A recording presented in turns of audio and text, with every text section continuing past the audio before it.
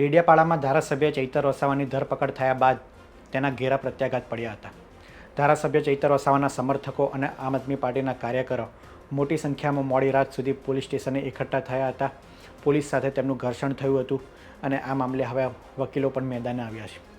વકીલોએ police પર આરોપ લગાડતા જણાવ્યું હતું કે તેમને ધારાસભ્યને મળવા દેવાના નથી દેવાતા. આ બંધારણની વિરુદ્ધ પોલીસ કાર્ય કરી રહી છે અને પોલીસ ક્યાંક ને ક્યાંક ભાજપના ઇશારે કામ કરતી હોય તેવા વકીલોએ આરોપ લગાડ્યા હતા. ત્યારે સાંભળીએ વકીલોએ શું કહ્યું.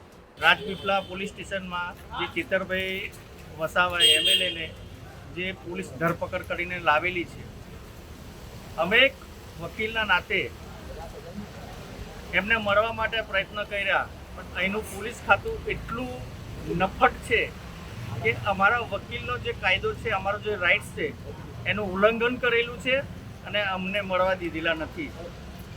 ભારતીય જનતા પાર્ટીના જે એમના આકાઓના કહ્યા પ્રમાણે આ પોલીસ ખાતું કામ કરે છે અને કાયદો વ્યવસ્થા જે જાળવતી નથી અને અત્યારે અમને મળવા દીધેલા નથી, જે ખરેખર આ ગંભીર બાબત કહેવાય. એડવોકેટ રંજનભાઈ તડવી. હું એડવોકેટ રાજેન્દ્ર તડવી. અત્યારે અમારા ક્લાયન્ટ શ્રી ચૈતરભાઈ વસાવા સાહેબ એમએલએ ડેડિયાપાડા, એમને અમે એક વકીલના નાતેથી અમે એમને મળવા આવેલા હતા. એમના પરિવાર સંબંધી અમને કહેવામાં આવ્યું હતું કે એમને ડિટેન કરેલા છે અને એમને એરેસ્ટ કરેલા છે એલસીબી રાજપીપળા પોલીસ સ્ટેશને. તો હાલ અમે એમને મળવા આવેલા હતા.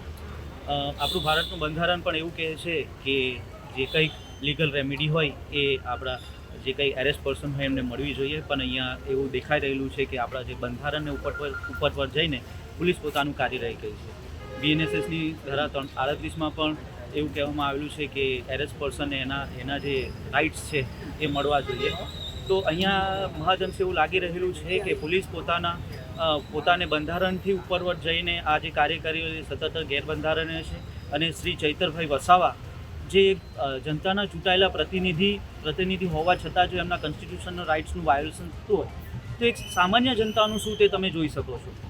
આજે ઉપરવટ જઈને અમે પોલીસ અધિકારીઓની અમે ડીજીપીને બાય ઈમેલ મારફતે અમે એમને રજૂઆત કરી છે. આવનારા સમયમાં એ જોવાનું રહેશે કે ડીજીપી ગુજરાત તરફથી અમને શું રિપ્લાય આપે છે અને જનતાના પ્રતિનિધિ એવા શ્રી ચૈતરભાઈ વસાવા જે બંધારણ માટે લડે છે અને જનતાનો અવાજ ઉઠાવે છે, એને જો આ રીતે પોલીસ દબાણ કરીને આ રીતે એરેસ્ટ કરતી હોય તો એ સતત ગેરબંધારણીય છે અને અમે આના મુદ્દે અમે લડતા રહીશું. અમારે હાઈકોર્ટ ઇવન સુપ્રીમ કોર્ટમાં જવાનું હોય તો અમે આ લડતને અંજામ આપીશું અને જીતીશું.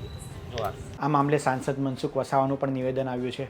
મનસુખ વસાવાએ કહ્યું હતું કે આ મિટિંગ એ તાલુકાના વિકાસ માટેની મિટિંગ હતી, તો સ્વાભાવિક છે કે ધારાસભ્યથી લઈને તાલુકા પંચાયતના સભ્યો તેમાં ઉપસ્થિત રહેવાના હતા. પોલીસો પણ આમાં ઉપસ્થિત હતી કારણ કે તેમને ખ્યાલ હતો કે અંદાજ હતો કે આ મિટિંગમાં ગરમાગરમી થવાની છે. ત્યારે તેમણે કહ્યું હતું કે ચૈતર વસાવાએ જે પગલું ભર્યું છે તેમણે ઉતાવળિયું પગલું કહ્યું હતું. તેમણે કહ્યું હતું કે પ્રાંત અધિકારીની ઓફિસમાં આ મિટિંગ હતી, તો ચૈતર વસાવાને જે પણ સવાલો હોય તે પ્રાંત અધિકારીઓને કરવાના હતા, પરંતુ ચૈતર વસાવાએ મનમાની કરીને એવું કહ્યું હતું કે આ મિટિંગ હું નહીં ચાલવા દઉં અને ક્યાંક ને ક્યાંક ભાજપના તાલુકા પંચાયતના સદસ્ય સંજય વસાવા છે તેની સાથે મારપીટ કરી હતી. ત્યારબાદ સંજય વસાવાએ પોલીસ સ્ટેશને ગુનો નોંધ્યો છે. તે સ્વાભાવિક પ્રક્રિયા છે. ત્યારે પોલીસને તેનું કામ કરવા દેવું હતું. આમ આદમી પાર્ટીના સમર્થકો અને તેના કાર્યકરો મોટી સંખ્યામાં પોલીસ સ્ટેશને આવી અને પોલીસની કામગીરીને રૂકાવટ કરવાનો આરોપ એ મનસુખ વસાવાએ લગાડ્યો હતો. ત્યારે સાંભળીએ મનસુખ વસાવાએ શું કહ્યું. એટીવીટીની મિટિંગ એ પ્રાંત અધિકારીના અધ્યક્ષ સ્થાને મળતી હોય છે. એમાં ધારાસભ્યો, તાલુકા પંચાયતના પ્રમુખ બંને અપેક્ષિત હતા અને બંને તાલુકાના ટીડીઓ પણ અપેક્ષિત હતા. ડેડિયાપાડા અને સાગબારા અને બાકીના અધિકારીઓ પણ બધા અપેક્ષિત હતા. તો એમની ઉપસ્થિતિમાં મિટિંગની શરૂઆતમાં જ આ ઘટના ઘટી છે. એટલે ડેડિયાપાડા આખી વિધાનસભાના બધા જ અગત્યના અધિકારીઓની ઉપસ્થિતિ તે વખતે હતી અને બધા લોકો જાણે છે. પોલીસના માણસો પણ ત્યાં હતા. પોલીસ તંત્રના પણ 1-2 અધિકારીઓ એ તે વખતે આવી, કારણ કે એમને ખબર જ હોય કે આ જિલ્લા તાલુકા આ પ્રકારની મિટિંગ હોય એટલે ત્યાં વ્યવસ્થામાં ઊભું રહ્યું.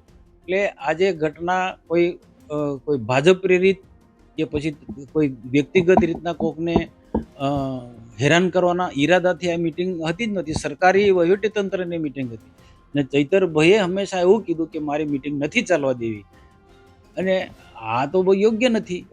તાલુકા પંચાયતના પ્રમુખે પણ એ જ વાત કરી, અને સાગબારાના તાલુકા પંચાયતના પ્રમુખ ચંપાબેને પણ એ જ વાત કરી કે આપણે બધા ચૂંટાયેલા સભ્યો સાથે રહીને આ મિટિંગ ચાલવા દઈને લોકોના જે પ્રશ્નો હોય એને આપણે વાચા આપીએ.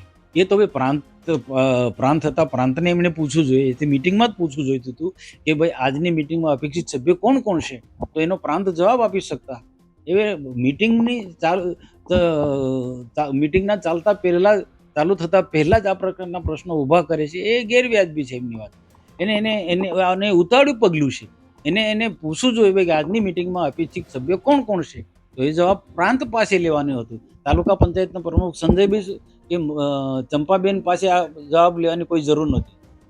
જો આમાં એક વાત સ્પષ્ટ છે કે તાલુકા પંચાયતના પ્રમુખ સંજયભાઈ પર એમને હુમલો કર્યો, કાચના ગ્લાસથી અને મોબાઈલથી હુમલો કર્યો અને મારામારી પર કરી, એટલે સ્વાભાવિક છે કે તાલુકા પંચાયતના પ્રમુખે ફરિયાદ નોંધાવી હોય અને ફરિયાદ નોંધાવવાના આધારે પોલીસ એની કાર્યવાહી કરે તો એમાં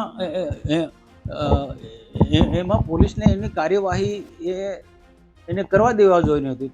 પોલીસની રીતના કાર્યવાહી કરી રહી હતી, તો એમાં પોલીસને દબાવવા માટે તાલુકામાંથી અને નર્મદા જિલ્લામાંથી, રાજપીપળામાંથી બધા લોકોને, આ બાજુ વાલિયા નેત્રંગમાંથી બધાને ફોન કરીને બધા કાર્યકર્તાને ત્યાં પોલીસ પર દબાણ કરવા માટે એમને બધા ભેગા કરે. મોવી ચોકડીથી માંડી, ડેડિયાપાડાથી માંડી, ત્યાર પછી રાજપીપળા આવ્યા. પછી રાજપીપળા પોલીસ ચોકીની અંદર ઘૂસી જઈને પોલીસ સાથે ગેરવર્તન કરવું એ વ્યાજબી નથી.